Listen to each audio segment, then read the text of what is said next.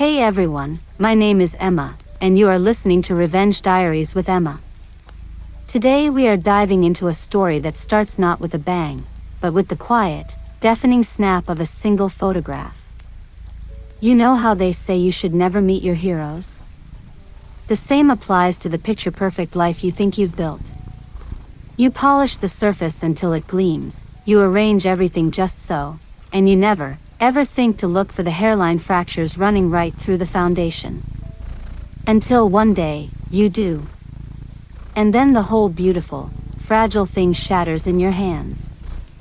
Consider this your friendly reminder that the most dangerous storms don't roar in from the horizon. They're the ones that have been brewing silently in your own backyard while you were busy admiring the roses. So, before you get comfortable, take a moment to like the video and subscribe, but only if you genuinely enjoy what I do here. For those of you listening right now, why not pop a comment down below with your location and your local time? It's always fascinating to see where in the world our stories are unfolding.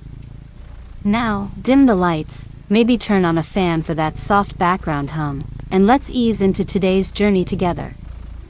You live in a state of comfortable blindness for years. The world you've constructed is a study in beige and muted gold, all soft edges and predictable rhythms. Your husband's tie is always knotted just so, his kiss lands on your cheek at precisely 7:15 a.m., and his phone, face down on the marble countertop, is just a phone. It's not a vault of secrets, it's a device for work calls and checking the weather. You believe this. You have to believe this, because the alternative is that the last decade of your life has been a beautifully staged play, and you're the only one who never got the script. The day it ends begins with such mundane normalcy it's almost a cliché. He's left that phone behind, rushing out to a breakfast meeting, the scent of his cologne hanging in the air like a ghost. You pick it up, intending to drop it off at his office later, a small wifely errand. It buzzes in your hand. A preview of a message flashes on the screen. A name you know intimately, a name that has shared your wine, your secrets, your laughter. And the words. They aren't graphic, they aren't profane. They are so much worse. They are familiar, lazy, a shorthand of intimacy that speaks of 1,000 previous conversations. It's a question about dinner, a specific restaurant you'd all talked about trying, but the tone is all wrong. It's the tone you use with him after a long day, a tone of shared space and unspoken understandings. The world doesn't tilt on its axis. It doesn't need to. It simply sharpens, every detail coming into a cruel, hyperreal focus. The cool, smooth surface of the phone in your palm. The distant hum of the refrigerator. The way the morning light slants through the window, illuminating dust motes dancing in the air like forgotten things. You don't gasp. You don't cry. You just stand there, in the middle of your perfect kitchen, in your perfect home, and feel the floor of your perfect life give way beneath you. You tap in his passcode, your anniversary, how terribly convenient, and the digital trail unfolds with the grim efficiency of a coroner's report. There are no denials to be made, no room for misinterpretation. It's all there, in time-stamped, high-definition color. Jokes that are inside jokes you're not part of. Photos from angles you didn't see. Plans for a future that has neatly excised you. The betrayal is a two-headed beast. His is the expected sting, the physical revulsion that coils in your gut. But hers is a different kind of violence. It's a surgical strike against your past. It rewrites every shared memory, every confidence whispered over a bottle of wine, every time she held your hand and called you her best friend. It turns every moment of vulnerability you ever shared with her into a weapon she was secretly forging. You remember her sitting at this very kitchen island, just last week, sympathizing with you about how distant he'd been, blaming his stress at work. And you, the fool, the absolute prize-winning fool, had believed her. You'd even felt sorry for her, for the lonely stretch of her own life. The performance was so flawless, so utterly convincing, that you never once saw the strings. A hot, sharp fury rises in your throat, so potent you can almost taste it, like copper and ash. The primal urge is to scream, to break things, to call him, to call her, to unleash a torrent of pain that mirrors your own. Your fingers actually hover over the dial button, trembling with the need for immediate, cathartic destruction. But then, your eyes fall on a photograph framed on the wall. It's the two of you on your wedding day, his smile wide and, you now realize, perfectly practiced. And in that moment, the red-hot anger doesn't vanish, but it is instantly flash-frozen into something else. Something far more dangerous. It becomes a cold, hard, crystalline resolve. A scream would be satisfying, but it would be fleeting. A scene would be dramatic, but it would leave you as the hysterical, wounded party. You are not going to be the victim in this story. You are going to be the architect of its final act. You place the phone back on the counter, exactly where he left it. You smooth the front of your shirt. You take a slow, deliberate breath. The game has just begun, and they have no idea that you've just decided to change all the rules. The art of deception is not learned in a day, but in the long, silent hours that follow a cataclysm. You don a new skin, one that looks exactly like the old one but is woven from steel threads and cold intention. The first test is the most difficult. You hear his key in the lock that evening, the same familiar scrape you've heard for 1,000 evenings, and your body tenses like a bowstring. The instinct is to meet him at the door with the evidence, with the accusation, with the shattered pieces of your life held out in your hands. Instead, you remain on the sofa, a book open in your lap, a cup of tea cooling on the table beside you. You have rehearsed this moment in your mind, the careful relaxation of your shoulders, the neutral placement of your mouth. Long day, you ask, and your voice is a marvel of casual disinterest, a smooth pond surface hiding the turbulent depths below. He mumbles something about traffic, his eyes briefly flicking to his phone before he places it on the charger. He doesn't look at you, not really. He hasn't, you realize with a fresh, icy pang, for a very long time. His inattention, once a source of quiet frustration, is now your greatest weapon. You become a student of your own life, an anthropologist in the ruins of your marriage. You watch his patterns with a detached, analytical eye. The way he smiles at his phone now has a different context, softer, more private. The new cologne, the more frequent gym visits, the sudden interest in a band you know she loves. Every detail is a piece of the puzzle, and you collect them all, not with the desperate hunger of someone seeking the truth, but with the meticulous care of a prosecutor building an airtight case. You note the times he works late, the weekends he's golfing. You start a digital journal, password protected and hidden in a cloud folder he would never think to access, logging dates, times, and discrepancies. This isn't for a lawyer, not yet. This is for you. It is your anchor in the swirling chaos, a way to transform the paralyzing pain into actionable data. The act of recording it is a form of control, a way to prove to yourself that you are not going mad, that the reality you are perceiving is the correct, if horrifying, one. You even begin to test the waters of his deception, probing its edges with a delicate, surgical precision. You mention her name in conversation, casually, watching his reaction from beneath your lashes. There's a subtle tightening around his eyes, a micro-expression of guilt and panic that is there and gone in a flash, replaced by an overly casual tone. Oh, yeah, she's fine. I think she got that promotion she wanted. He offers this information too freely, a tiny, unnecessary detail meant to normalize her presence in his thoughts. It's a classic tell. You just nod, sipping your wine, filing the moment away. Another data point. Another confirmation. You learn to lie with your whole body, with the easy affection of a hand on his arm, with the concerned questions about his day. You cook his favorite meals, you listen to his work dramas, you play your part so perfectly that sometimes, in the deepest, darkest part of the night, you worry the mask might fuse to your face, that this performance might become the only person you are capable of being. But then you remember the message. You remember the specific, intimate shorthand between them. And the cold resolve hardens again, stronger than before. This is no longer just about survival, it's about strategy. You begin to think several moves ahead. A messy, emotional divorce would be a battle, yes, but it would be fought on a predictable field. He would expect tears, he would expect rage. He would have his lies prepared, his excuses polished.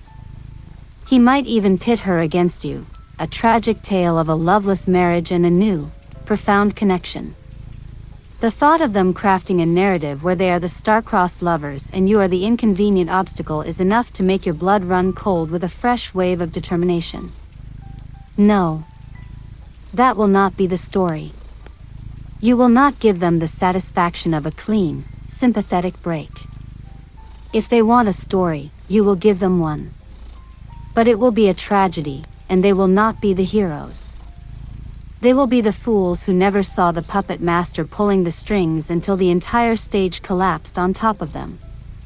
The revenge will not be a single, explosive event. It will be a slow, meticulous unraveling. And you will have a front row seat to every single moment of their downfall. The universe, in its strange, ironic way, often provides the very tools you need for your own salvation, if you're only quiet enough to notice them. For weeks, you move through your life as a ghost in your own home, a curator of secrets and a master of appearances.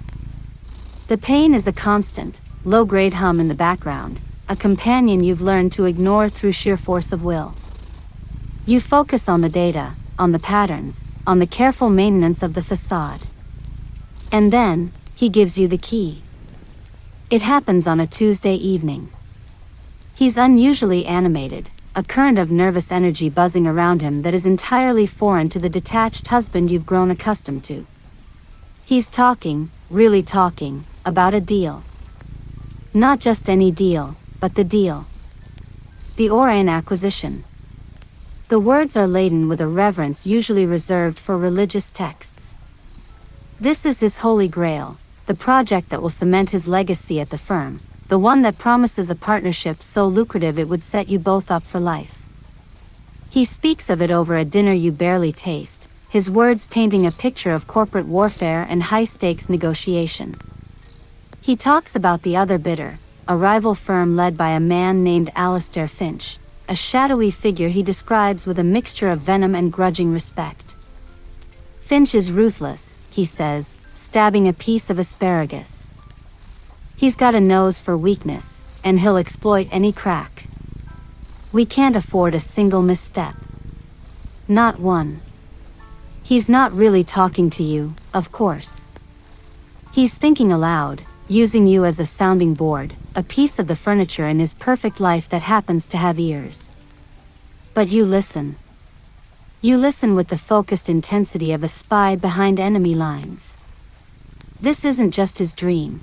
It's his entire focus, his identity, his fragile ego wrapped up in a single, multi-million-dollar transaction. To lose it would be more than a financial blow. It would be a profound, public humiliation.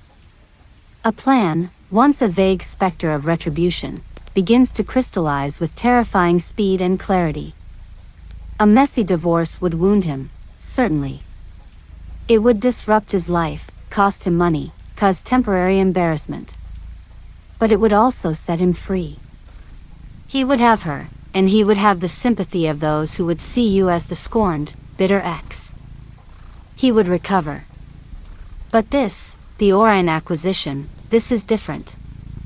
This is the center of his universe. If you could make this collapse, if you could engineer his failure in the one arena where he feels most powerful and invincible, the damage would be irreparable. It wouldn't just be a wound. It would be an amputation. His professional reputation, the respect of his peers, his very sense of self, All of it is tied to this single endeavor. To take it from him would be to take everything. The stage for his downfall is no longer your marital home, it's the gleaming, glass and steel world of high finance. And you realize you have a unique, devastating advantage. You are the one person he would never suspect. You are the devoted wife, the supportive partner, the one who is supposed to be on his side. You have access to his state of mind, his anxieties, his strategies. He complains about Finch's tactics, he worries about his own board support, he lets slip tiny, crucial details about the valuation and the timing. All of this is gold. You begin to ask careful, seemingly innocent questions. What makes this Alistair Finch so formidable? You ask one night, feigning wifely concern. Is there anything you can do to counter his moves? He preens under the attention, explaining the intricacies of corporate takeovers as if to a child, unknowingly handing you the blueprint to his own destruction. He is building his own gallows, and he's giving you the nails and the hammer with a proud smile. The irony is so thick you could choke on it. Your revenge will not be a knife in the dark, it will be the slow, deliberate poisoning of the very well from which he drinks his ambition. And the best part? He will never see it coming, because in his world, you are just part of the scenery, a loyal fixture. He has forgotten that even scenery can catch fire and burn the whole production to the ground. A plan is only as strong as its weakest component, and in a game of corporate sabotage, the pawn you choose is everything. You can't do this alone, you need an ally, but not a friend. A friend would offer sympathy, would urge caution, would be a liability. What you need is a weapon. And the perfect weapon, you soon realize, is the man your husband fears and despises most, Alistair Finch. The research begins in earnest, a deep dive conducted in the private hours when your husband is working late or at the gym. You learn that Alistair Finch is not the one-dimensional villain of your husband's rants. He is a self-made success, a man who built his firm from a cramped office into a powerhouse through a combination of brilliant foresight and a reputation for ruthless, but never underhanded, efficiency. The business press profiles him as fiercely intelligent, intensely private, and possessing a stark, almost unnerving integrity when it comes to his work. He outmaneuvers his competitors in the open, through superior strategy, not backroom deals. This is crucial. You need someone who will appreciate the value of the information you can provide, but who would be repulsed by a simple act of petty betrayal. Your offer must be framed not as treachery, but as a strategic alliance. You learn his habits, his patterns. He frequents a specific, quiet artisanal coffee shop near his office every Tuesday and Thursday morning, a small, predictable breach in an otherwise impenetrable schedule. He goes there to read, to think, away from the demands of the office. This is your window. The following Tuesday, you are there. You've dressed not to impress, but to blend, smart, understated, the kind of woman who could be a gallery owner or a literary editor. You order a simple black coffee and you take the seat at the small table next to his, the one with the single chair. You don't look at him. You pull out a book, a dense historical non-fiction tome you know from his interviews he admires, and you begin to read. You wait. You can feel the minutes ticking by, your heart a frantic drum against your ribs, but your exterior remains a placid lake.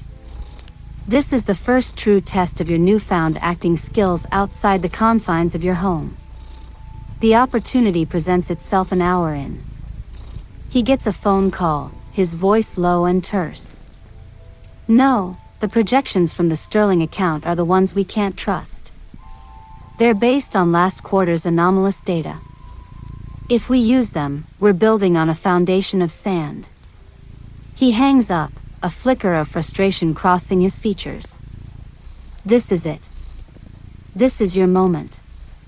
You look up from your book, allowing a small, knowing smile to touch your lips. You meet his gaze, which is sharp and slightly irritated. The sterling account, you say, your voice calm and conversational, as if you were merely commenting on the weather. My husband has been saying the same thing for weeks. He thinks it's the primary vulnerability in the Orion proposal. The one thing Alastair Finch could exploit. The effect is instantaneous and electric. His entire body stills. The irritation vanishes, replaced by a look of pure, unadulterated shock, followed by a rapid, calculating assessment. You have just done the impossible. You have inserted yourself into his professional world. You have named his rival, and you have demonstrated insider knowledge, all in 2 perfectly delivered sentences. You have not asked for anything. You have not introduced yourself.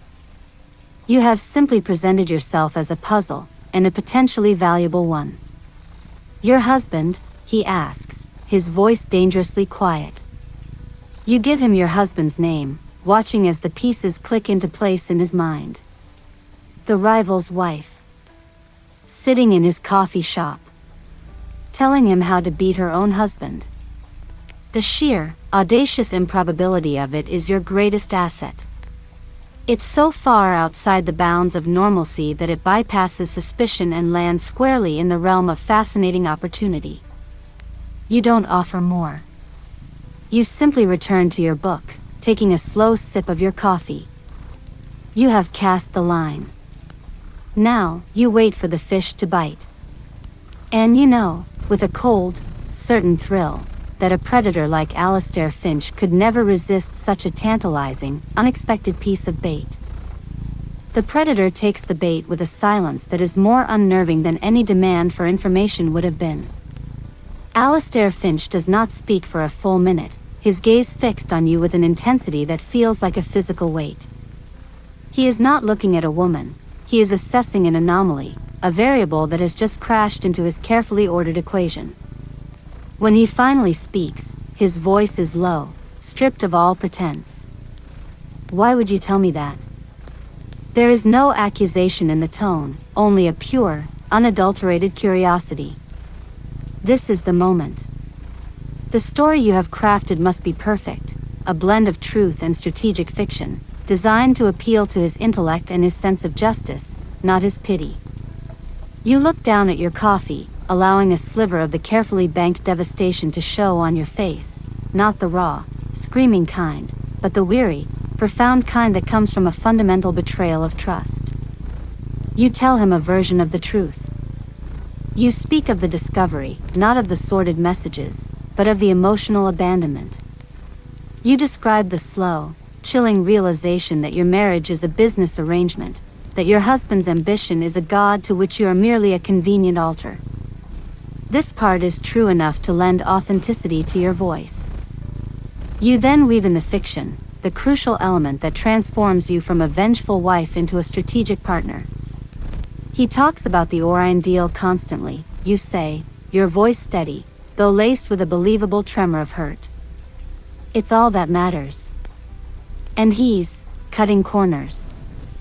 He's so desperate to win, to beat you, that he's willing to present data he knows is flawed. The sterling account is just the start. He's building a house of cards, and he's dragging the entire firm with him. You pause, letting the implication hang in the air between you. I built a life with that man. I won't watch him build a legacy on a lie.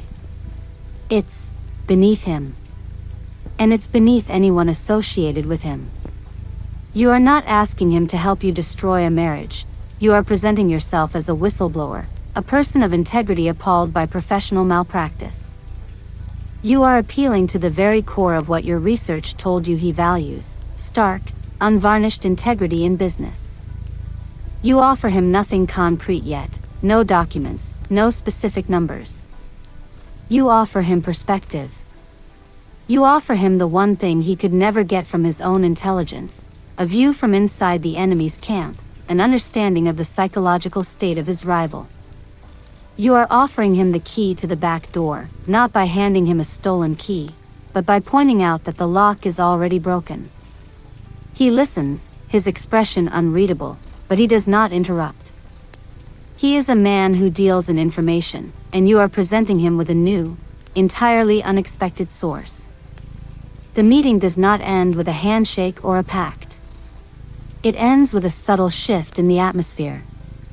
He finishes his coffee, places a bill on the table, and stands.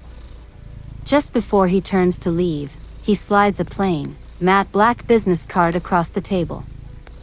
There is no title, no company logo. Just a name, Alistair Finch, and a single, handwritten phone number. If your perspective ever sharpens, he says, his tone neutral, this is a direct line. And then he is gone, leaving you alone with the pounding of your heart and the cold, smooth cardstock between your fingers. You have done it. You have established contact. You have presented a motive he can understand and respect, and you have opened a channel of communication. He is not your friend. He is a potential co-conspirator, a force of nature you have just deliberately invited into your husband's path. You pocket the card, a tiny, hard rectangle of immense possibility. The first move has been made. The chessboard is set. And you are no longer just a piece, you have just positioned yourself as a player. Playing both sides requires a level of emotional dissociation that would make a seasoned spy proud. You become the master of a double life, each role performed with such conviction that the lines between them begin to blur, even for you. At home, you are the supportive wife, the rock in the storm of the Orion deal.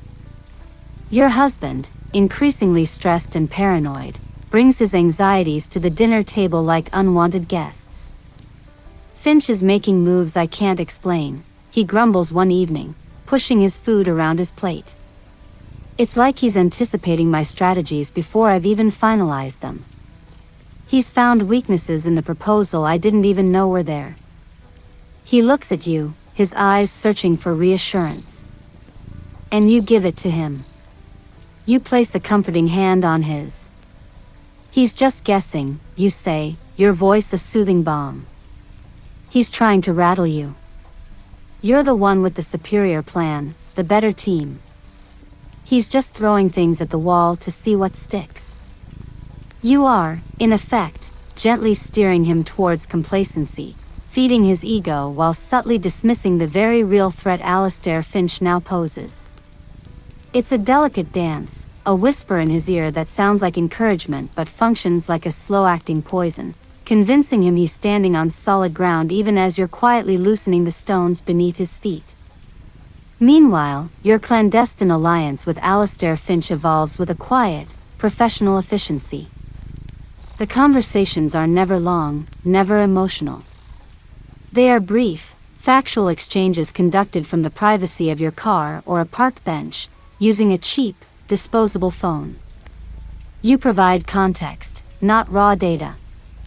You tell him about your husband's state of mind, his growing desperation, his specific fears about the board's support, his fixation on certain financial models. You are giving Alistair the psychological profile of his opponent. He's overly reliant on the projections from the Asian markets, you might say. He considers them his trump card. You don't hand over the documents, you point him in the right direction. You are the compass, not the map. And Alistair, to his credit, never asks for more. He listens, asks a single, razor-sharp clarifying question, and then ends the call with a simple, acknowledged. There is a chilling respect in his brevity. He understands the game you are playing, and he appreciates its elegance. You are not a scorned woman lashing out, you are a strategist providing him with a devastating tactical advantage. The information you provide begins to have a tangible effect. You see it in the deepening lines on your husband's face, in the way he starts drinking more heavily in the evenings, in the frantic, late-night calls he takes in his study, his voice a hushed, panic torrent. The deal is starting to slip through his fingers, and he can't understand why. The ground is shifting, and his once unshakable confidence is cracking. You watch this unraveling from the front row, your expression a mask of wifely concern. Is everything all right, darling? You ask, your voice laced with just the right amount of worry. He brushes you off, of course, too embroiled in his own perceived bad luck and Finch's inexplicable genius to see the true source of his misfortune. The sheer, intoxicating power of this position is a secret you carry with you, a glowing coal in the pit of your stomach. You are the architect of the very chaos he is drowning in, and he is thanking you for your support while you hold his head underwater. The irony is so perfect it's almost poetic.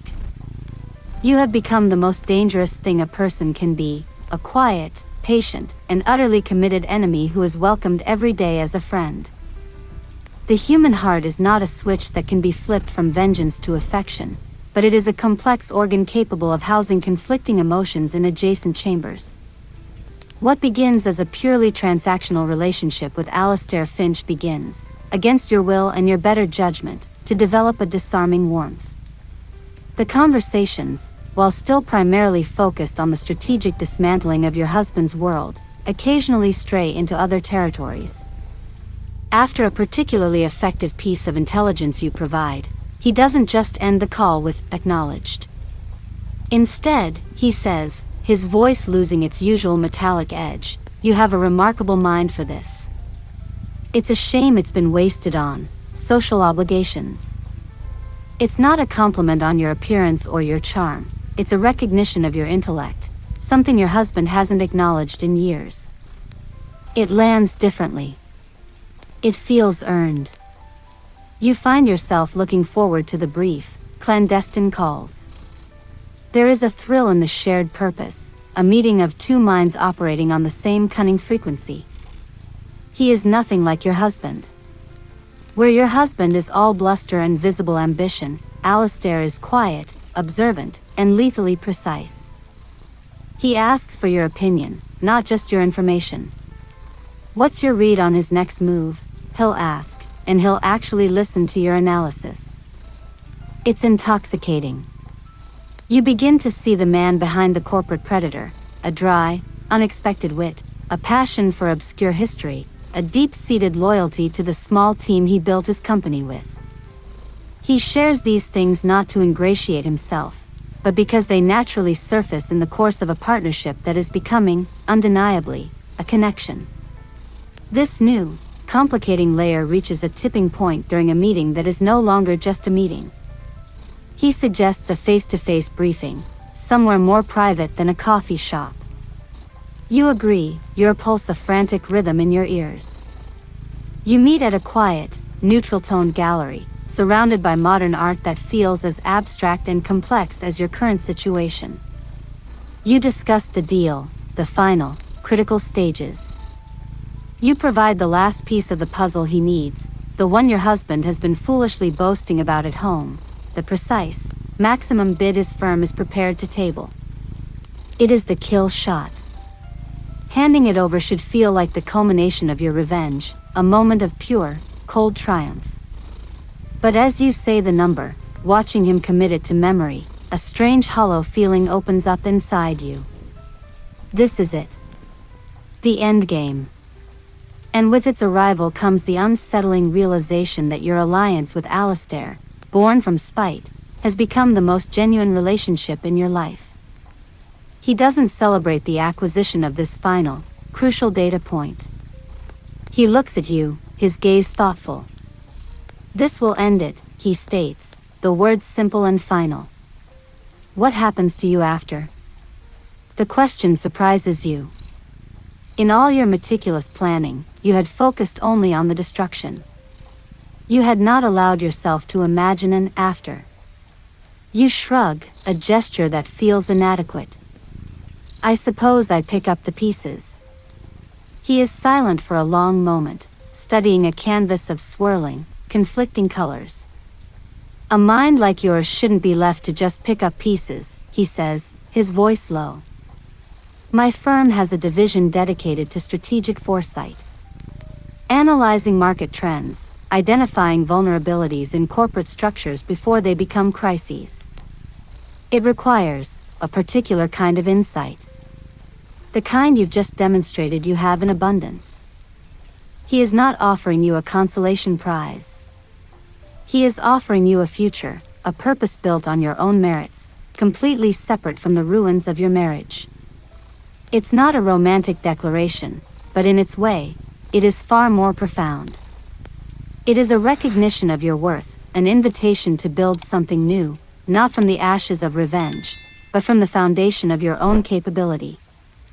The revenge no longer feels like the end goal, it feels like the painful, necessary bridge you had to cross to get to this moment, to this man, to this potential version of yourself. The path of vengeance has, inexplicably, led you to a doorway you never knew existed. The final piece of the puzzle slides into place with the quiet, decisive click of a lock turning. You have given Alistair Finch the key to the kingdom, the one piece of information your husband believed was his unassailable advantage, the absolute ceiling of his bid. The knowledge sits between you and Alistair in the start gallery, a tangible thing. He doesn't smile, doesn't gloat. He simply gives a slow, single nod, his eyes holding yours. There is a gravity in that look, an understanding that the landscape is about to be permanently altered. It will be done, is all he says, and the statement is as solid and unshakable as the man himself. The deal, the Oran acquisition, will be his. Your husband's fate is now sealed, not by bad luck or a superior opponent, but by the deliberate, calculated actions of the wife he took for granted. The following days are an exercise in surreal stillness, the calm before the self-created storm. You move through your life as a ghost, watching your husband with a kind of detached, anthropological curiosity. He is a whirlwind of frantic, last-minute activity, convinced he is putting the final, brilliant touches on a masterpiece. He comes home late, his eyes gleaming with a manic energy, spewing jargon and self-congratulatory pronouncements. Finch doesn't have a chance, he crows one evening, pouring himself a generous whiskey. He's been clever, I'll give him that, but he's playing a guessing game. He has no idea what our final number is. It's going to be a bloodbath. You nod, offering a serene smile. I'm so proud of you, you say, and the words are the most perfectly crafted lie you have ever told. They taste like ash and power. You are the audience watching an actor deliver a triumphant soliloquy, all the while knowing the stage is rigged to collapse beneath him in the final act. The morning of the final board presentation and bid submission dawns with a strange, washed-out light. Your husband dresses with extra care, selecting the tie you gave him for your last anniversary, a final, unwitting insult. He kisses your cheek, his mind already miles away, in a boardroom he believes he is about to conquer. This is it, he says, his voice tight with excitement. Today everything changes. You look him directly in the eye, your own gaze clear and steady. Yes, you agree, your voice soft but unwavering. It does. For a fraction of a second, something in your tone gives him pause, a flicker of uncertainty crossing his face. But his ambition is too loud, his self-belief too deafening. He dismisses it, attributing it to your natural nervousness. He sees you as part of his supporting cast, when in reality, you have written the entire script for his downfall. You do not spend the day pacing. You do not wring your hands. You go about your normal routine with a placid efficiency that is its own form of madness. You go to the grocery store. You put a load of laundry in. You water the plants. Each mundane task is a silent countdown, a ritual performed in the shadow of an impending detonation. You know, with absolute certainty, what is happening in that boardroom. You can picture it, your husband, standing before the senior partners, unveiling his grand strategy, presenting his maximum bid with a flourish, expecting awe and admiration. And then, the news. A quiet murmur from an assistant, a phone call, a pale face. The announcement that the Orion Group has accepted a rival offer. Alistair Finch's offer. An offer that, by a cruel and inexplicable margin, just barely exceeds your husband's own absolute maximum. It wouldn't be a blowout, it would be a surgical strike, a defeat so precise and narrow it would point to only one thing: a catastrophic, unforgivable security breach. The bait has been taken. The trap has been sprung. All that remains is for you to witness the fallout. The sound of a world collapsing is not always a roar. Sometimes, it is the simple, definitive thud of a car door closing outside your home, hours earlier than expected. You are in the kitchen, mechanically wiping down a spotless counter, when you hear it. There is no energetic stride up the path, no jingle of keys eager to announce a victor. There is only a heavy, dragging silence, followed by the key fumbling in the lock. The door swings open and he stands there, framed in the doorway, and the man who left this morning is gone. In his place is a hollowed-out shell. His suit jacket is slung over his shoulder, his tie is loosened to the point of strangulation, and his face is the color of old parchment. His eyes, usually so sharp and focused, are wide, unseeing pools of pure shock. He doesn't look at you. He stumbles into the living room and collapses onto the sofa, his body seeming to deflate as he drops his head into his hands. You approach him slowly, the concerned wife, your footsteps soft on the hardwood floor. "Darling," you ask, your voice a gentle probe in the thick silence. "What's wrong? What happened?" He doesn't answer for a long time. He just breathes, ragged, uneven breaths that sound like they are being torn from his chest. When he finally looks up, his eyes are red-rimmed and glassy.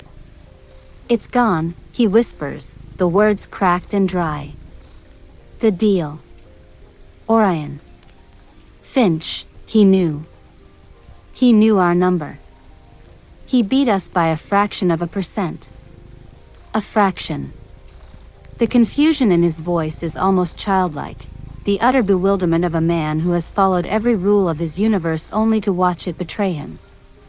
It's impossible. There's no way he could have known. No way unless.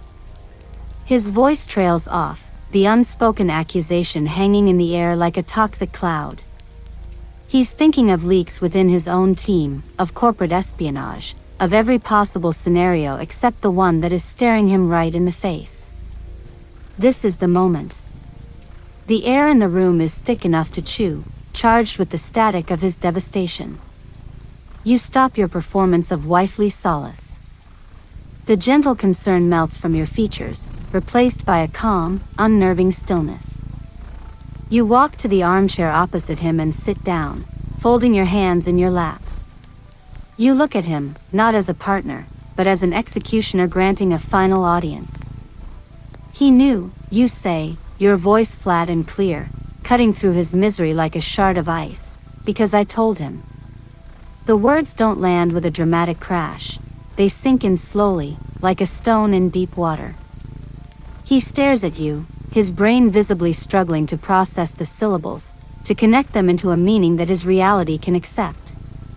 The confusion in his eyes deepens, then clears, replaced by a dawning, horrific comprehension. "You," he breathes, the word barely audible. "You, what?" You don't flinch. You don't look away. "I told him everything," you continue, your tone conversational, as if discussing the weather. Your strategies, your anxieties, your precious maximum bid. "I've been having coffee with him for weeks.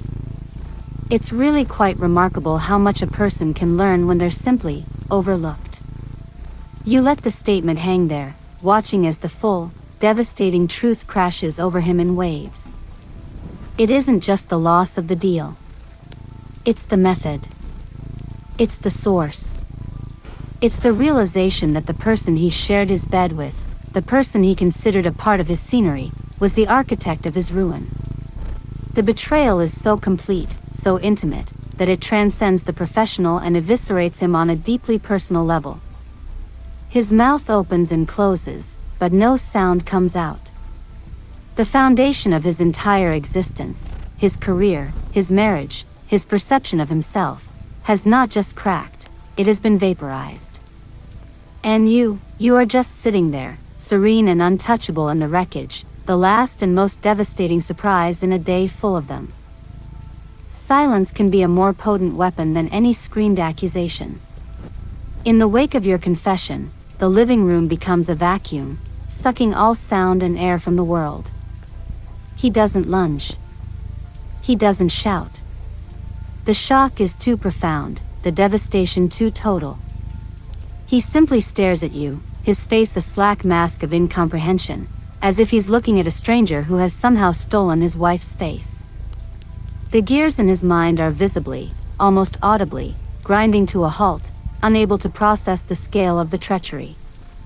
You have not just beaten him, you have redefined the entire battlefield, and he is a lost soldier staring at a map of a country that no longer exists. When he finally finds his voice, it is a broken, rasping thing. Why? The single word is laden with a universe of pain and confusion. It's the question you have been waiting for, the moment you have meticulously orchestrated. You don't answer with the fiery rage he might expect. There is no satisfaction in that now. Instead, you lean forward slightly, your posture still unnervingly composed, and you deliver the final, surgical strike with the calm precision of a judge reading a verdict. Her name came up on your phone, you say, your voice devoid of all emotion, a simple recitation of fact. The message about the restaurant. The one we were all supposed to try together. You watch as the color, what little is left of it, drains completely from his face. He was prepared for a corporate enemy, for a jealous rival, for any number of professional grievances. He was not prepared for this. He had compartmentalized his affairs so completely, had convinced himself it was a separate, manageable part of his life, that the connection between his personal betrayal and his professional annihilation has never once occurred to him. The two worlds have just violently collided, and you were the one holding the detonator. You did this, because of her, he stammers, the name itself a ghost in the room. He still doesn't get it. He still sees it as a disproportionate response, a nuclear option deployed for a minor transgression. You ruined me, you destroyed everything I've worked for a mistake. The word mistake is his final, desperate defense, and it is his undoing. A cold, mirthless smile touches your lips, the first crack in your serene armor. A mistake is forgetting an anniversary, you clarify, your voice dropping to a near whisper that is somehow more terrifying than a scream. What you did was a choice. A long, sustained series of choices. You chose her. You chose to lie. You chose to make a fool of me with my closest friend. And you pause, letting the weight of your own choices settle in the space between you. I chose to respond in kind. I simply chose a more final solution. You stand up then, looking down at him where he sits, shattered, on the sofa. The power dynamic has irrevocably shifted. You are no longer the wronged wife pleading for an explanation. You are the consequence. The divorce papers will be delivered tomorrow, you inform him, your tone now purely businesslike. My lawyer has them. I think you'll find the terms are quite favorable to me. Given the circumstances, and the rather spectacular loss of income you've just suffered, I doubt you're in a position to mount much of a fight. You turn and walk towards the hallway, pausing at the threshold. You don't look back. You should probably go to her, you say, the gentle sarcasm a final, stinging lash. I'm sure she'll be a great comfort to you now that you're a professional pariah with a bankrupt future.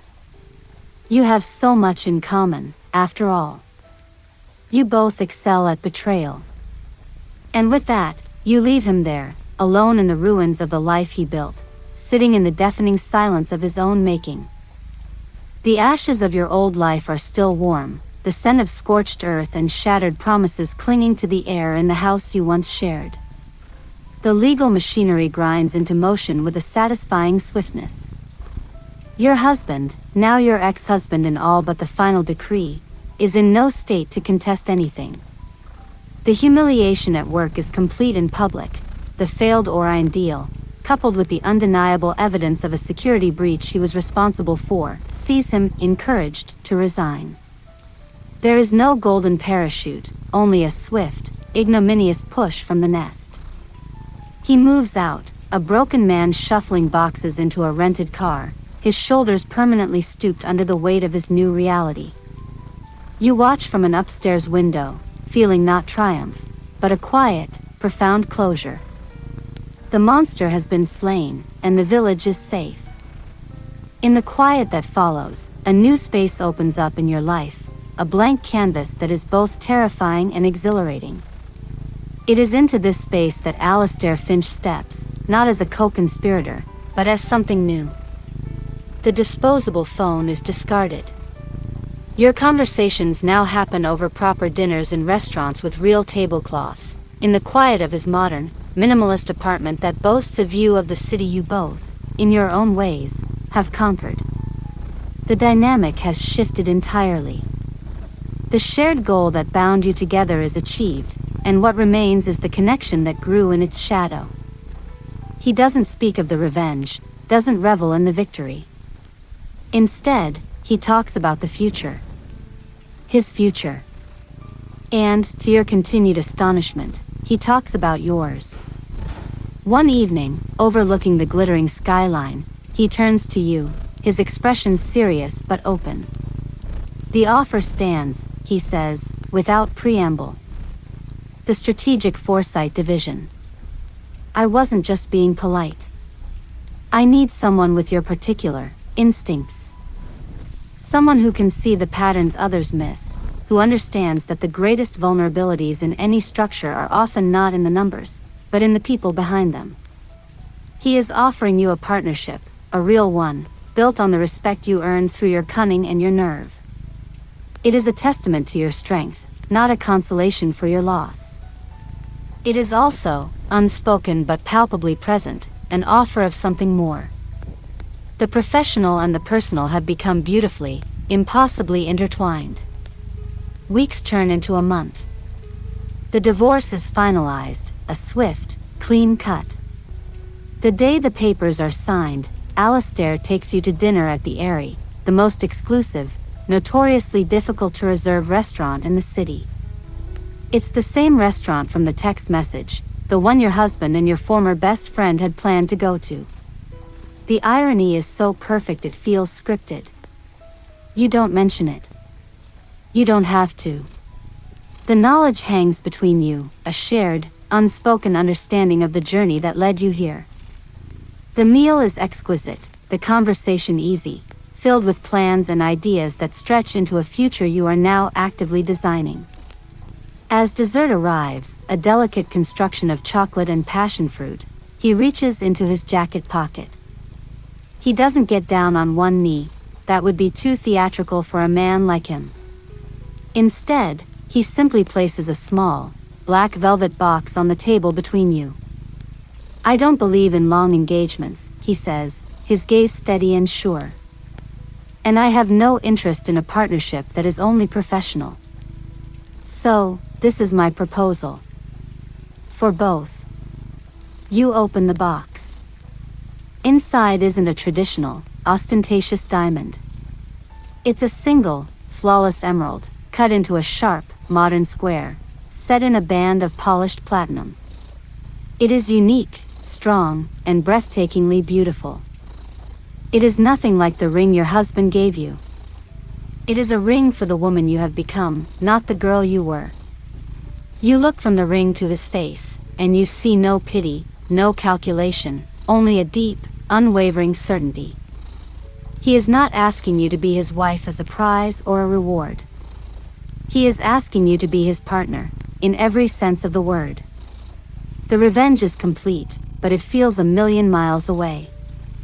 This, here, is the beginning.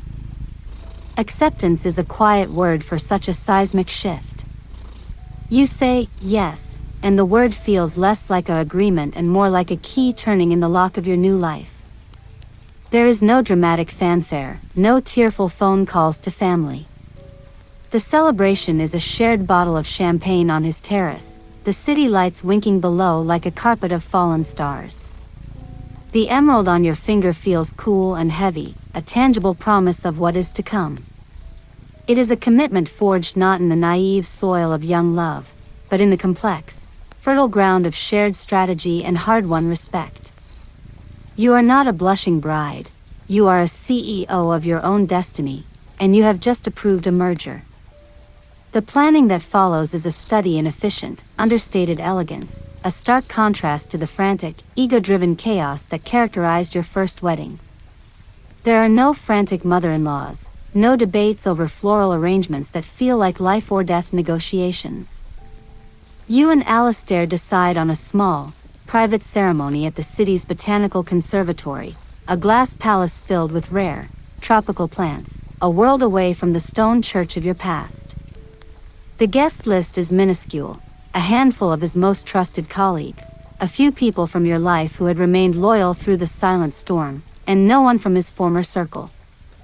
The air is thick with the scent of blooming orchids and damp earth, a world alive and growing, a perfect metaphor. You ensure the news of your engagement reaches your ex-husband. It isn't delivered with a gloating phone call or a taunting text. That would be beneath you now.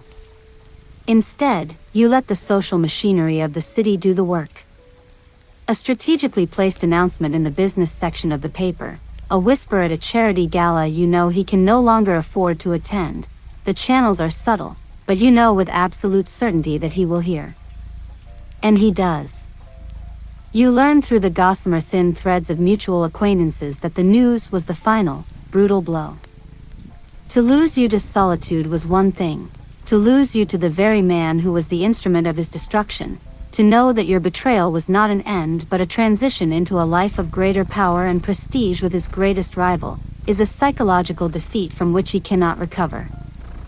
He is not just the man who lost his wife, he is the man whose wife left him for Alistair Finch. The distinction is everything. The day of the wedding is nothing like the first. There is no nervous anxiety, no feeling of performing a role for a crowd of spectators. As you walk down the narrow, mossy path between towering palms, you are alone, and you are perfectly calm. You wear a simple, columnar dress of ivory silk, its only adornment the sharp, green fire of your ring. Alistair waits for you under a canopy of hanging jasmine, dressed in a dark, impeccably tailored suit.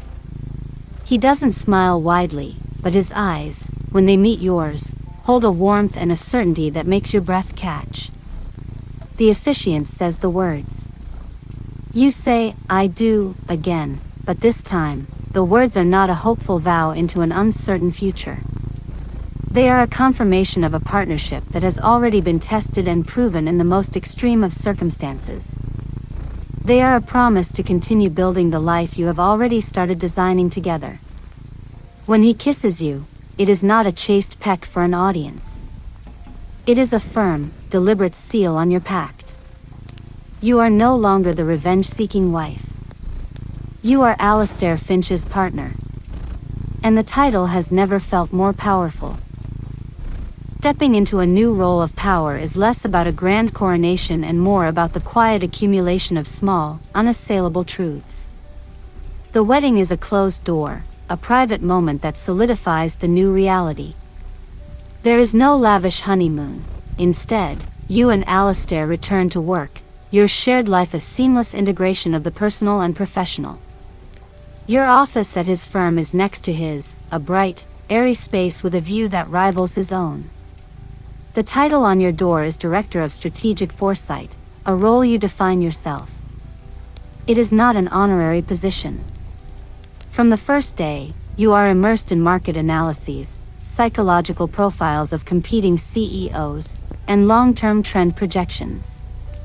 Your team, a small group of sharp, ambitious young analysts, looks to you for direction, and you find, to your own surprise, that you have a natural talent for leadership. The same meticulousness you once applied to planning a revenge, you now apply to deconstructing market vulnerabilities. The same insight you used to understand your husband's weaknesses, you now use to anticipate a competitor's moves. It is the same skill set, simply redirected, and the effect is formidable. You are no longer defined by the man you were married to. At industry functions, you are introduced as Alistair Finch's wife, yes, but more importantly, you are known as the sharp new mind at his firm, the one with an uncanny ability to pinpoint the human element in cold data. People seek you out. They listen. The ghost of your previous life is just that, a ghost. It has no power here. Your confidence, once a fragile performance, becomes an intrinsic part of you. You speak your mind in meetings, you challenge assumptions, including Alistair's, and he listens with that same focused intensity he had in the coffee shop, a glint of admiration in his eyes. This is the true rebirth, not the wedding, but this daily reaffirmation of your own worth and capability, separate from any man, built on the bedrock of your own strategic intellect. Meanwhile, the echoes of the ruin you orchestrated continue to ripple through the life you left behind. You do not seek out the information, it finds you, as gossip often does. Your ex-husband, stripped of his career, his reputation, and the woman he betrayed, is adrift. The promised solace from your former best friend never materialized. The affair, it turns out, was a creature of secrecy and stolen moments, unable to survive the harsh, exposing light of day and financial ruin. They blamed each other. The relationship, built on the flimsy foundation of disloyalty, collapsed under the weight of its own consequences.